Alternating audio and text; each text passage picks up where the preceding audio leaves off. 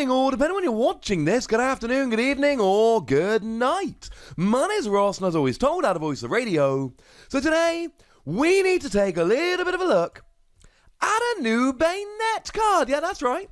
Banette is coming back, and we've had a translation from the lovely Antoine Boulet. I'm sure you're probably kind of used to hearing that at this stage. We like Antoine. Antoine is awesome. So it's probably about time we had a little bit of a look at Banette. Now, starting off with the basics here, we got 90 HP, which, let's face it, is pretty gosh darn low. And we've got a retreat cost of 1, which is also pretty gosh darn low. U-turn board says hello. Resistance to fighting is quite nice. But then again, take something like Excadrill, for instance. Hits 120, minus a 30 for resistance. You still get KO'd. Something like Surfetched. Hits 180, take away the 30 for resistance, you still get KO'd. So, I'm not entirely sure it's that relevant, if I'm honest with you. Sorry. We do then have a weakness to darkness, which unfortunately is quite relevant, because all of these Eternatus decks are going to be playing a whole bunch of random darkness Pokemon, and they're going to be KOing you super easily. It means something like a Spiritomb will have a significantly easier job KOing you, etc, etc. Sorry, ladies and gentlemen. This is, yeah, it's not a great weakness to have. As for being a psychic Pokemon, you've lost a lot of your tricks. Mysterious Treasure to search you out, Spell Tag to drop extra damage. These things are leaving.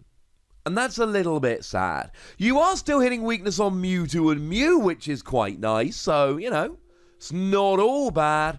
But I'll be honest with you, we're playing this largely for the ability anyway, so maybe the low HP, the bad weakness, maybe none of this actually matters. What does it do, you ask? Well, it's the ability we're largely focused on, and according to the lovely Antoine Boulet, Devolution Curse.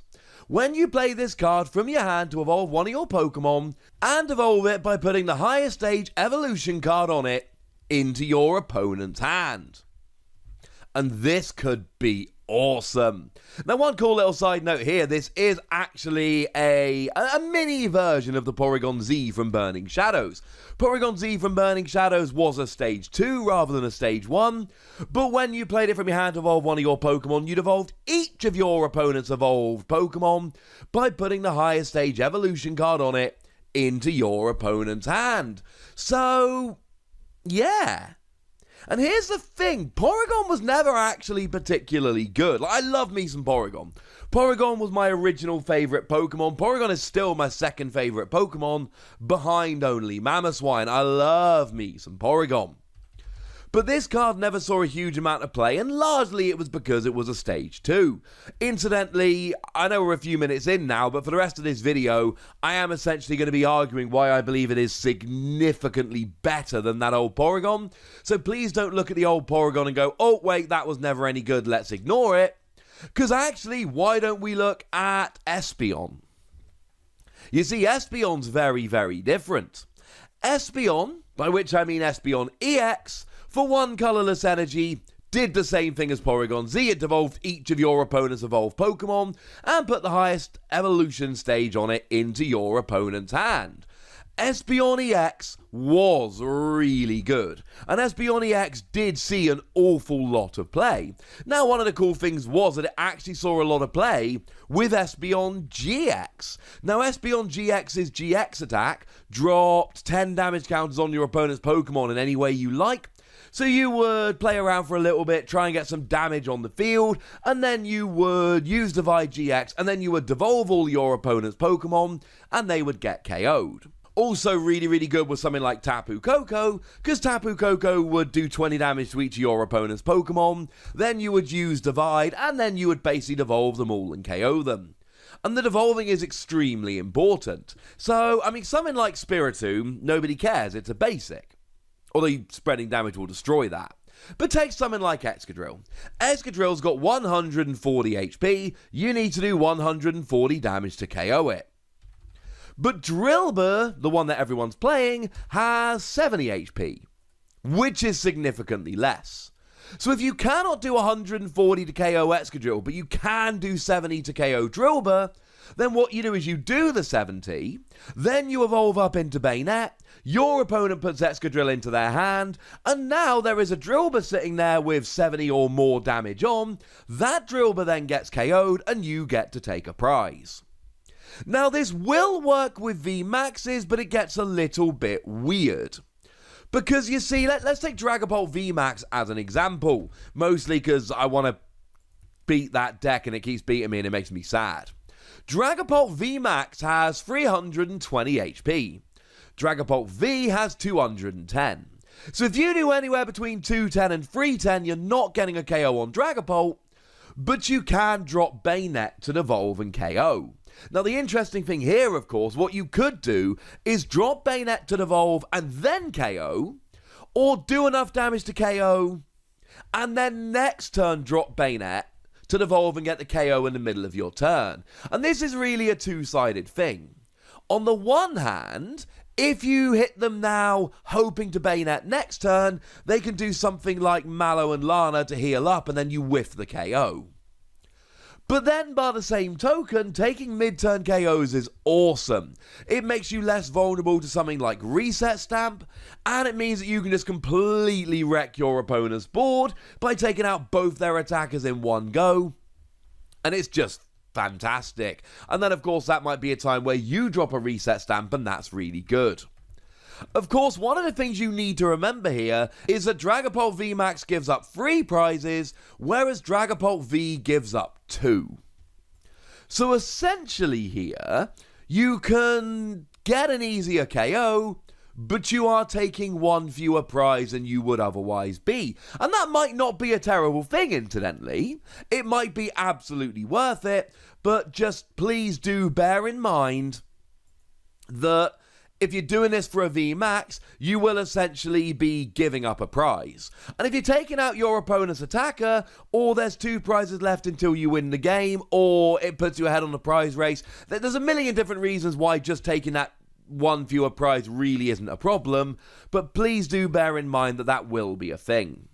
And that's essentially how we use Banette here. It's not much more complicated than that. It is a Pokemon that you're going to play down to evolve Pokemon to take KOs where you wouldn't be taking a KO anyway. And in that regard, it is an absolute thing of beauty. But there's another reason why I look at this and go, yes! When I always assumed, like everybody else, that Porygon wasn't quite good enough. Scoop Up Net. You see, ladies and gentlemen, Scoop Up Net here makes a gigantic difference. It's that item card that lets you pick up one of your non-GX, non-V Pokemon and put it into your hand. Because essentially what it allows you to do is reuse Banette super easily. The big downside between Banette and something like Porygon or Espeon was that Porygon-Z and Espeon, they devolved everything. This doesn't devolve everything. This devolves one thing. But you see, you can use it over and over again. Bearing in mind, something like a VMAX, you need to devolve 3 times to get 3 2-prize KOs and win. And that's kind of my point here. That is where this comes in beautifully. Using Scoop Up Net to use it over and over again, and sometimes it's just going to annoy your opponent. Like if your opponent uses a rare candy to evolve up into a stage 2, and you devolve them, then they go back to a basic, and bearing in mind, right, let's take something like Obstagoon. Obstagoon, big, bad Pokemon, 160 HP. But then Galarian Zigzagoon's got 70 HP, significantly easier to KO. So what you do is you devolve it down and then you go and attack. Also, if you've got a basic deck and you devolve Galarian Obstagoon, you will then be able to attack it and take a KO, whereas Galarian Obstagoon would usually block you from attacking with a basic Pokemon, so that's kind of cool.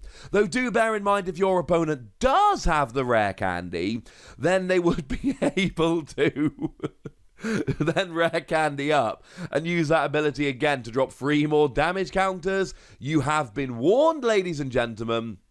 You have been warned.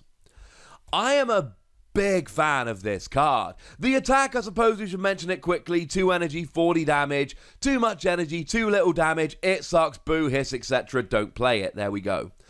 But the ability here really is very, very good. It can slow down your opponent, it can frustrate your opponent.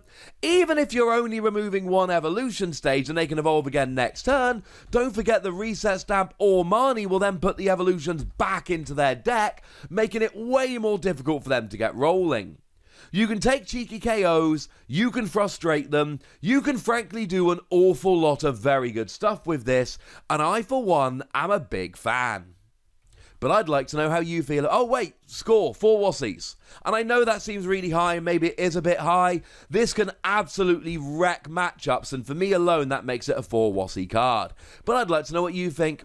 So let me know in the comment section, would ya? Go nuts, be nice. And then make sure you like this video, subscribe to this channel, follow me on Twitter at The Wassie, and Twitch for some live action at twitch.tv/PTCGRadio. If you want to support the channel, get some bonus podcasts and all that good stuff, head on over to patreon.com/PTCGRadio, where you can do exactly that. But by far the most important thing as always, look after yourselves till next time, would ya? Thank you very much for watching. My name's Ross, and you've been watching PTCG Radio.